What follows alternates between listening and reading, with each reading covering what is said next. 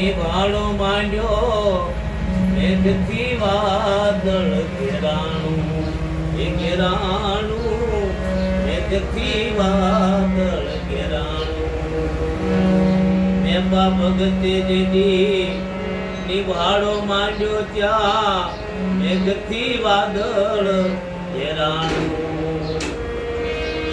કેળિયું ઢાંકી એને કોરો રાખ્યો કેળિયું ઢાંકી એને કોરો રાખ્યો એ દુનિયાને ન કળાણું પંચાલનું પરગટ છે રે પીરાણું એ ગેડી નાથજી નગર ગલાણું એ ગેડી નાથજી ના ડરને ગલાણું પંચાલનું પરગટ છે રે પીરાણું એ પંચાલનું પરગટ છે રે પીરાણું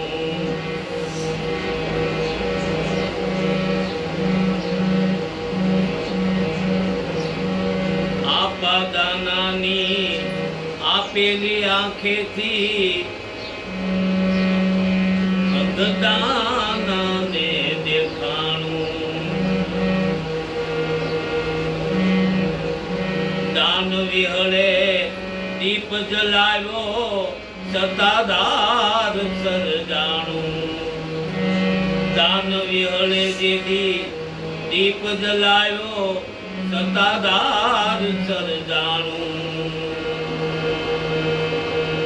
એ જંગલ માયને મંગલ કર્યું જંગલ માયને મંગલ કર્યું અરે ઘી ગેવ નામ ગવાણું આ ઘી ગેવ નામ ગવાણું પંચાલનું પરગટ છે રે પીરાણું એ પંચાલનું પરગટ છે રે પીરાણું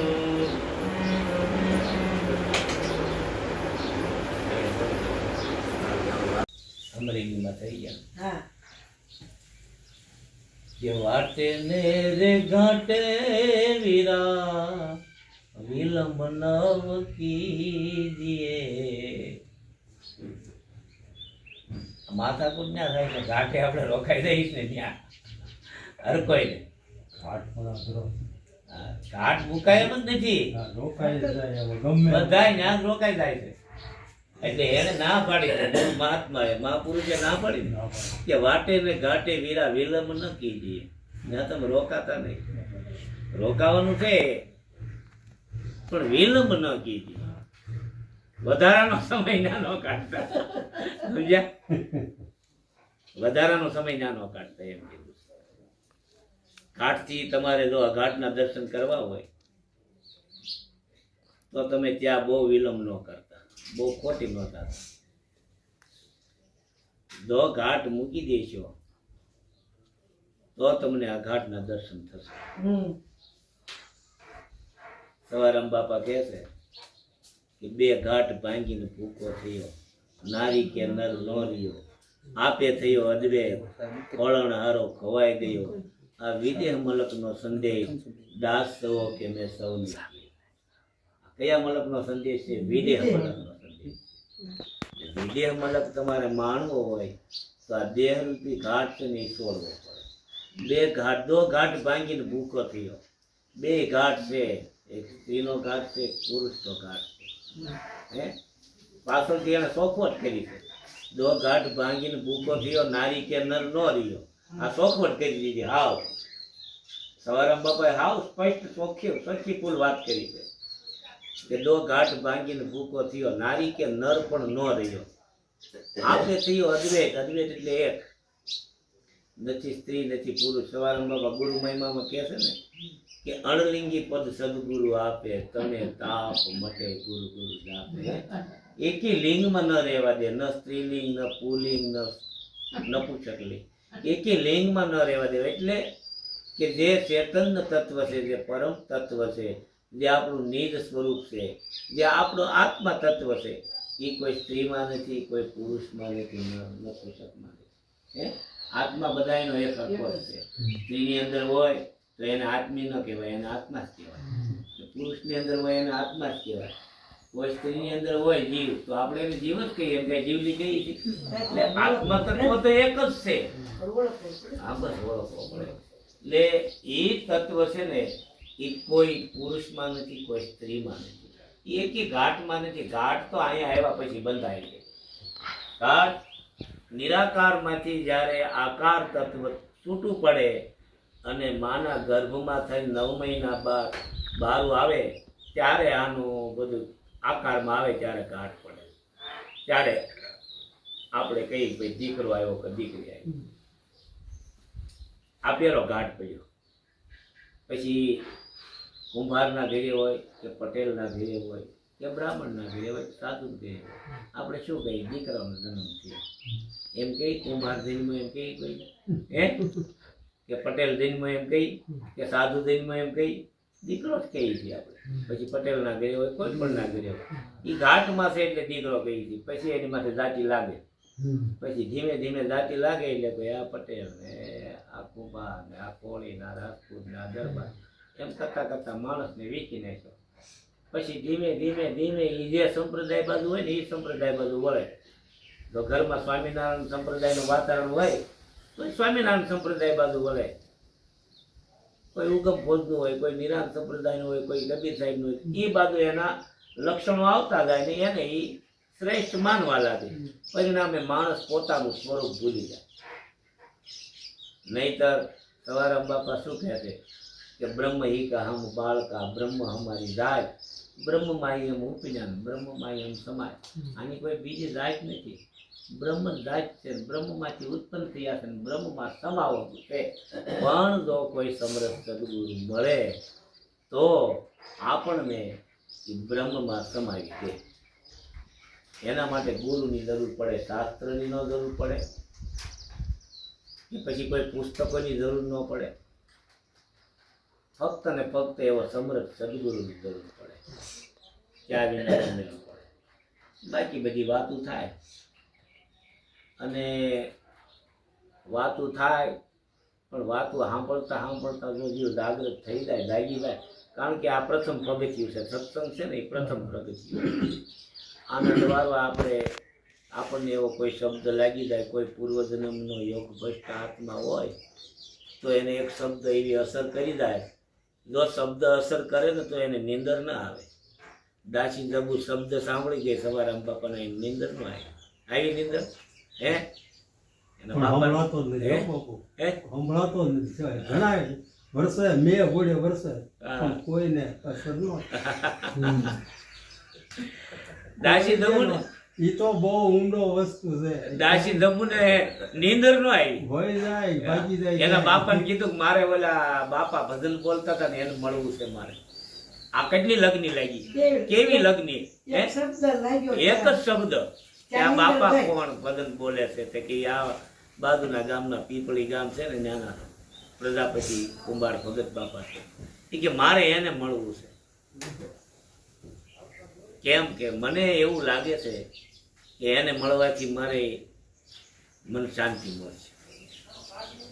મને એને મળવાથી, કારણ કે એવો આત્મા હતો, ત્રિવિધિ તાપમાં જલતો હતો આત્મા. બળ્યો દળ્યો આત્મા કોઈ સંતના શરણે જાય ને તો જ્ઞાન કેરી લહર છે તરત ટાઢો થાય. હે પણ જાય તો એટલે એના હૃદયે સ્વીકાર્યું હું એને મળીશ ને તો મને શાંતિ મળશે. અને એને મળ્યા અને એને શાંતિ મળી ને. હે દાસી જબુ એને ના પાડી દીધી મારે કોઈ દુનિયામાં બીજા મણીની જરૂર નથી. ગુરુ મારા પારસમાં પૂરા મણી. પારસ મણીને શું કરીએ અમે? હે પારસ મણી તો પા મણી છે, કોઈ અડધો મણી, કોઈ પોણો મણી. હે ગુરુ એક જ મારો પૂરા મણી, પૂરો મણી છે. બસ ગુરુ મળી જાય એટલે વાત થાય પૂરી. આવું મહાપુરુષો કહે છે. હે અને જે મહાપુરુષો થયા છે બધા સદગુરુ શરણ થકી થયા છે. કોઈ પણ અવતારી પુરુષ હોય એને સદગુરુનું શરણ સ્વીકાર્યું છે. ગમે એવા અવતારી પુરુષો હોય, ચમત્કાર થઈ શકે આ જગતમાં તપ થઈ શકે, યોગી બની શકે, પણ પોતાના નિજ સ્વરૂપના દર્શન કરવા માટે તો કોઈ સદગુરુના શરણે જવું પડે, એને મટી જવું પડે. નદીને સમુદ્ર બનવા માટે એ નદીને સમુદ્રની અંદર સમાવવું પડે. એમ ગુરુ મહારાજ છે ને એ સમંદર છે, શિષ્ય છે એ નદી છે. નદીને કેટલી ઉતાવળ હોય સમુદ્રને મળવાની, હે ગાયે ગા જાતી હોય નદી સમુદ્રને મળવા. વૈષ્ણવ જે આવે ને એને ભગાવતી જાય, એટલો વેગ હોય, ઝાડવા બાળવા બધાને ઉખાડી નાખે, એટલો બધો વેગ હોય છે સમુદ્રને મળવા માટે. શું કામ? એની છે ઠેકાણે કોઈ. અને એ પછી એમાંથી નીકળી છે નદી છે ને, એમાંથી નીકળી છે. આકાશમાં વાદળા બંધાય, બાષ્પીભવન થાય, પાસે વરસે, એનું ઈ જ પાણી છે, એને મળવા માટે આતુર છે નદી. એમ શીશ છે ને એ નદી છે, અને સમુદર છે એ શીશ છે. એટલે રામચરિત માનસમાં કહે છે, બંધવ ગુરુ પદ કંદ કૃપા સિંધુ નર રૂપ હરિ. કૃપાનો મહાસાગર છે સદગુરુ, સાક્ષાત રૂપે ભગવાન છે નર હરિ. શિષ્ય છે એ નદી છે, જો નામ રૂપ ગુણ મટાવીએ ચોથું પદ અવિનાશી પ્રાપ્ત કરે અને એમાં સમાઈ જાય તો પછી નદી નદી નથી રહેતી, સમુદ્ર થઈ જાય ને. ગંગા સમુદ્રમાં વળી જાય પછી દુનિયાની કોઈ તાકાત નથી એમ ન કહી શકે કે આ ગંગા આવી જાય છે. એમાં ગોતી જ ન શકે, ગોતી શકે, કારણ કે એકીકરણ થઈ ગયું છે. શિષ્ય સદગુરુમાં સમાઈ ગયો અને શિષ્ય સદગુરુમાં સમાઈ ગયો, સદગુરુ શિષ્યમાં સમાઈ ગયો, બંને એક થઈ ગયા. પછી ત્યાં બીજું નથી રહેતું. એમ એટલી બધી તાલાવેલી હોય. અને આપણા ઘરની વાતો નથી, આ તો સંતો કઈ ગયા છે મને તમને. આપણે એનું વાગોળી દીધી, એનું આપણે એની વાતો આપણે કરીએ છીએ. અનુભવ તો એનો છે, આપણું ગામમાં કાંઈ નથી. એ તો હવે મારો રામ જાણે આપણા હું હોય. હે પણ આ છે મહાપુરુષનો ખજાનો, મહાપુરુષનો માલ છે ને એનો માલ. એમ કક્કા કેવલ બ્રહ્મ હે બબ્બા બીજ શરીર, રરા સબ ઘટ રમ રહા તાકા નામ કબીર. એને ક્યારે ચેલેન્જ જીતીએ છે. કબીર સાહેબને કીધું કબીર કોણ છે, ત્યારે કબીર સાહેબે એમ કીધું કક્કા કેવલ બ્રહ્મ હે બબ્બા બીજ શરીર, રરા સબ ઘટ રમ રહા તાકા નામ કબીર. કક્કા કેવલ બ્રહ્મ છે. બોલો કેવી રીતે આનું આપણે પ્રતિપાદન, આનું આપણે ક્યાં અર્થ લઈને કરવો? બ્રહ્મ છે તો બ્રહ્મ તો આનંદ બ્રહ્મ કા રૂપ હે આનંદ છે ને એ બ્રહ્મ નું સ્વરૂપ છે. પણ કક્કા કેવલ બ્રહ્મ હે બબ્બા બીજ શરીર, એ આનંદમાં ઘરમાં જઈ અને જ્યારે બબ્બા બીજ શરીર બંધાય અને પછી બધાની અંદર ઈશ્વરનો અંશ આવે છે, એને કબીર કહેવામાં આવે છે. રરા સબ ઘટ રમ રહા, બધાને ઘટની અંદર એક જ તત્વ રમી રહ્યું છે, બીજું તત્વ છે જ નહીં. બીજા તત્વને શાસ્ત્રની અંદર વાત જ નથી કરી, એક જ તત્વની વાત. કોઈ બ્રહ્મ અહમ બ્રહ્માસ્મિ કીધું, કોઈ તત્વમસી કીધું, કોઈ તત્વ કીધું, કોઈ વચન કીધું, જે કઈ કહ્યું હોય પણ બધાએ કીધું છે ક્યાં? પણ જુદા જુદા માર્ગ છે, સિદ્ધાંત. આ કોઈ સિદ્ધાંત બધાનો એક છે, ત્યાં લઈ જવા માટે, આ જીવને મૂળ ઘરે લઈ જવા માટે. હે એ તો પછી ઘાટ કઢાય એટલે એના નામ જુદા આપે. ગારો તો ગારો જ છે, માટી. તમે વળી એની જો એની માટીની તાવડી બનાવો તો વળી નામ તાવડી આપો, માટલું બનાવો તો નામ માટલું આપો. બાકી છે મૂળમાં ગારો, માટી છે ને. હે એ ભાંગી નાખો, ઘાટ ભાંગી જાય બધા તો માટી જ રહેવાની છે ને, તો ઠેકાણે આવી જાય, માટી જ છે. એમ ઘાટ જુદા જુદા પડ્યા છે અને બધા ઘાટે ઉભા છે. જો ઘાટ ઓળંગીએ તો મૂળદાસ બાપુ કે વાટે ને ઘાટે વીરા વિલંબ ન કરે. તારું જન્મ પદાર્થ એળે જાય. આપણે વટાવડા છીએ વાટના, આપણે મુસાફર છીએ, જ્યાં ત્યાં રોકાવાય નહીં. હું કીધું મૂળદાસ બાપુએ કે વટાવડા છીએ વીરા વાટના. આ તારું જન્મ પદાર્થ એળે જાય, આપણે વટાવડા છીએ વાટના, વાટે ને ઘાટે વીરા વિલંબ ન કીધું. હે મુસાફર આપણે અહીંથી બહાર ગામ ગયા હોય પછી આપણે આપણા ઘરે આવવું હોય, જ્યાં ત્યાં રોકાવાય નહીં, ટાઈમે પોગવું હોય તો. હે નકર સમય વયો જાય, પૂરું થઈ જાય, વચમાં પૂરું થઈ જાય. એમાં આપણે મુસાફર થઈ, આ મૃત્યુ લોકમાં આવ્યા છીએ તો આપણે આપણા ઘરે જવા માટે જ્યાં ત્યાં રોકાવાય નહીં. વાટે ને ઘાટે વીરા વિલંબ ન કીજીએ. રોકાવાય ઘડી બે ઘડી, પણ વધારે ન રોકાવાય. આનું મૂળ ઘરે પહોંચી જવાય. બોલ સદગુરુ ભગવાન